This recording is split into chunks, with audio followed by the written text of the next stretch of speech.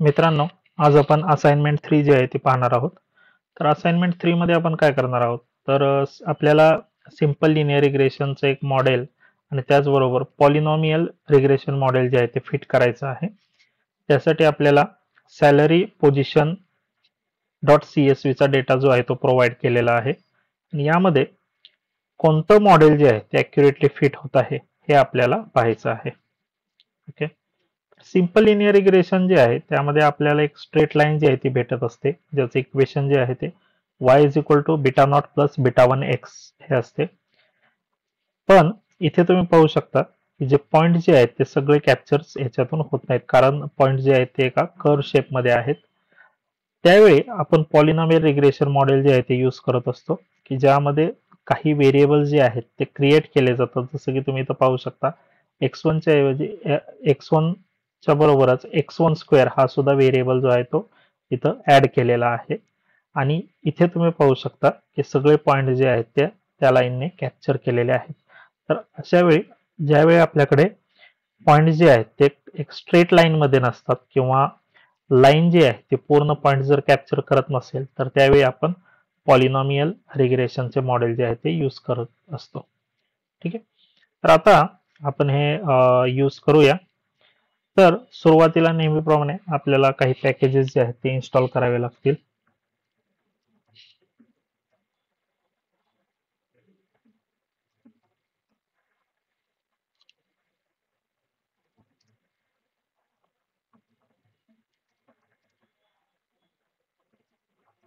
Polynomial regression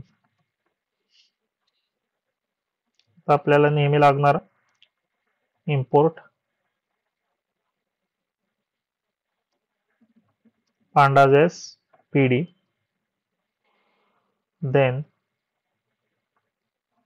import numpy as np,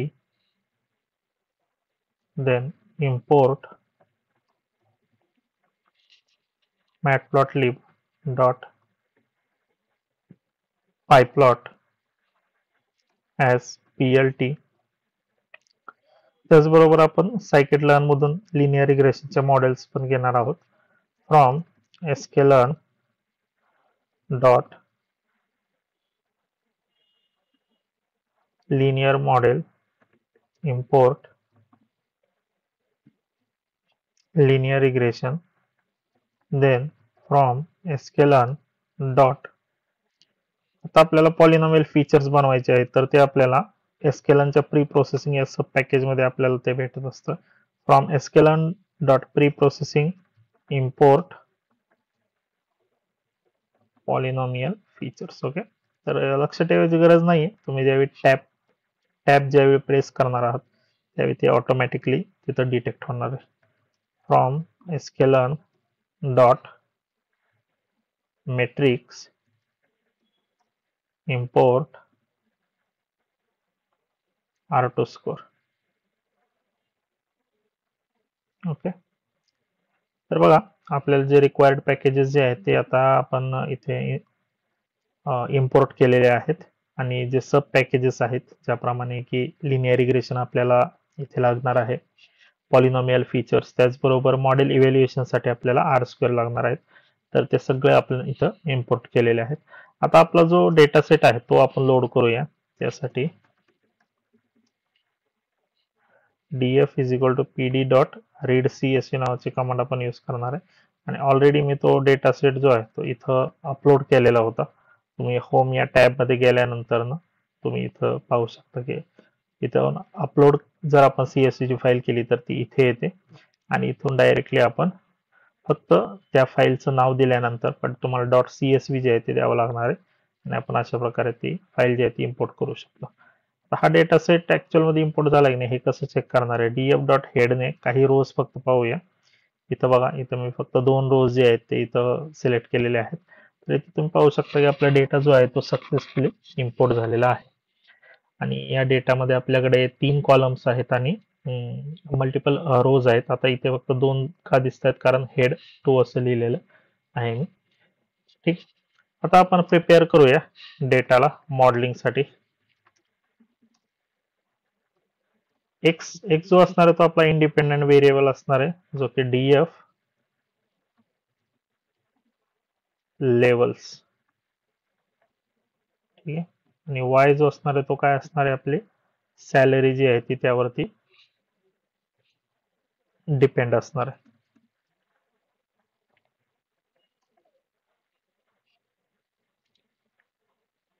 x आणि Y जे आहे ते इथं एस नसणार आहे हे, ठीक आहे.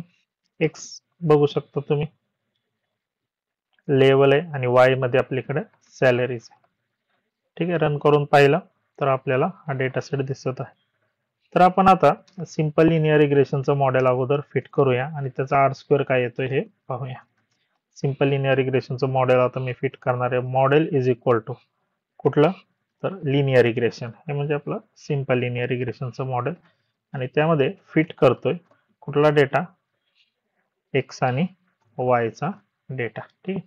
आता इथे ट्रेनिंग आणि टेस्टिंग मी केलेलं नाही आहे, कारण आपला डेटा सेट जो आहे तो बेसिकली स्मॉल आहे. तर त्यामुळं मी इथं डायरेक्टली एक्स आणि वाय जे आहे ते यूज करतोय. मॉडेल जे आहे ते आपलं क्रिएट झालेलं आहे. आता आपण प्रेडिक्ट करूया. वाय प्रेडिक्ट मध्ये आपण सेव्ह करूया मॉडेल डॉट प्रेडिक्ट आणि इंडिपेंडंट व्हेरिएबल. आता प्रेडिक्शन पण मिळालेलं आहे. आता आपण मॉडेल इव्हॅल्युएशन पाहूया, ठीक आहे. म्हणजे आता हे जे आहेत ते वाय प्रेड हे आपल्याला मॉडेलने दिलेले, ठीक आहे. आता आपण मॉडेल इव्हॅल्युएशन करूया. मॉडेल इव्हॅल्युएशन साठी आपण यूज करणार आहे R2 स्कोर, ठीक आहे. आणि यामध्ये आपण देणार आहे वाय प्रेड आणि वाय. इथं तुम्ही पाहू शकता की आपला आर स्क्वेअर जो आलेला आहे तो काय आलेला आहे, 50% जो आहे तो आर स्क्वेअर आलेला आहे. याचा अर्थ असा आहे की इथं आर स्क्वेअर जो आहे तो आपला कमी आहे. सगळे पॉईंट जे आहेत ते या मॉडेलने कॅप्चर झालेले नाहीयेत, कारण सिंपल लिनियर रिग्रेशन मॉडेल जे आहे ते काय करतं, तर एक स्ट्रेट लाईन फिट करतं त्यामध्ये, आणि आपले जे पॉईंट्स आहेत ते एका लाईन मध्ये नाही आहेत. तर त्यामुळे सगळे पॉईंट जे आहेत ते कॅप्चर होत नाही, त्यामुळे आर स्क्वेअर जो आहे तो कमी असणार आहे, ठीक आहे. आणि इथं तुम्ही पाहू शकता की आर स्क्वेअर जो आहे तो किती आलेला आहे तुमचा, बेसिकली 50% जो आहे तो आर स्क्वेअर तुमचा आलेला आहे. आता आपण पॉलिनॉमियल रिग्रेशनचं मॉडेल जे आहे ते फिट करणार आहोत.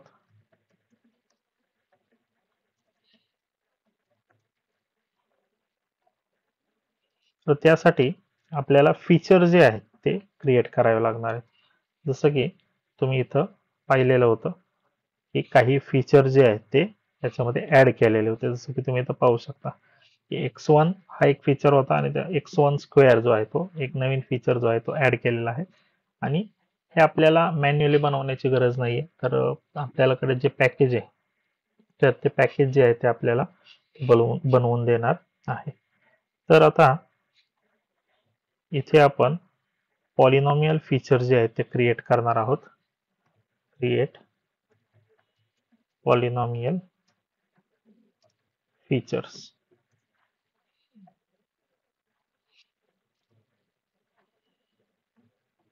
तर मी व्हेरिएबल क्रिएट करतोय, सॉरी फीचर साठी पॉलिनॉमियल फीचरचं जे सब पॅकेज आहे ते आता आपण इथं अपलोड करतोय. आणि याच्यामध्ये आपण डिग्री देतोय 4, ठीक आहे. x4 पर्यंत म्हणजे x⁴ पर्यंत आपण या मॉडेलमध्ये इनपुट जे आहे ते क्रिएट करणार आहोत. आणि एक्स पॉलीमध्ये हे सगळे व्हेरिएबल जे आहेत ते स्टोअर झाले पाहिजे, ठीक आहे. तर पॉलिनॉमियल रेग आणि काय करा, फिट ट्रान्सफॉर्म करा. कशासाठी, डॉट दी फिट ट्रान्सफॉर्म कोणता व्हेरिएबल एक्स, ठीक आहे. एक्सचं ट्रान्सफॉर्मेशन इथं झालं पाहिजे. जर तुम्ही इथं पाहिलं एक्स पॉली रन करून तर तुम्ही इथं पाहू शकता की मल्टिपल व्हेरिएबल जे आहेत ते इथं क्रिएट झालेले आहेत. म्हणजे x⁴, x⁴, x⁴ अशा प्रमाणे. आता आपल्याला पॉलिनॉमियल फीचर जे आहे ते मिळालेलं आहे. तर याचा यूज करून आपण मॉडेल जे आहे ते फिट करूया. सेम आपण ज्याप्रमाणे लिनियर रिग्रेशन मॉडेल जे आहे ते फिट केलेलं त्याचप्रमाणे यूज करणार आहे. फक्त इथं इनपुट मध्ये एक्सचे जे व्हेरिएबल आहे ते एक्स पॉलिनॉमियलचे फीचर्स आपण इथं देणार आहोत, ठीक आहे. Model is equal to linear regression model dot fit करूया आपण एक्स पॉलिनॉमियल आणि इथं कोणत्या वाय दिलेला आहे. ठीक आहे. मॉडेल जे आहे ते क्रिएट झालेलं आहे. आता मी प्रेडिक्ट करतो. y predict is equal to model dot predict x polynomial. ठीक आहे. आणि आता आपण मॉडेल इव्हॅल्युएशन करूया. कुठल्या मॉडेलचं? तर पॉलिनॉमियल रिग्रेशन मॉडेलचं.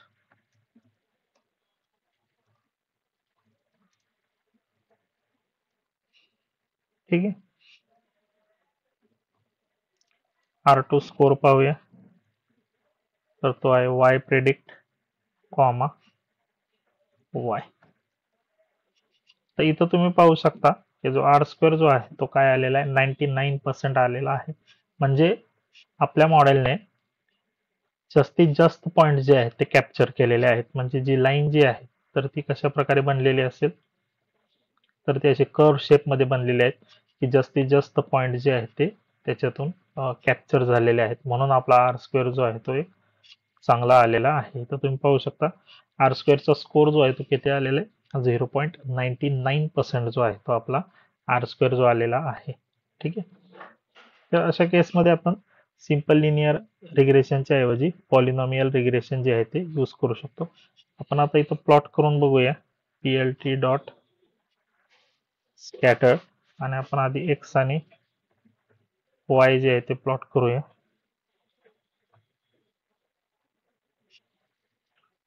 ठीक आहे. आपले पॉइंट जे आहेत ते इथं प्लॉट झालेले आहेत. त्यानंतर ना पीएलटी डॉट प्लॉट करूया एक्स कॉमा वाय प्रेडिक्ट. ठीक आहे.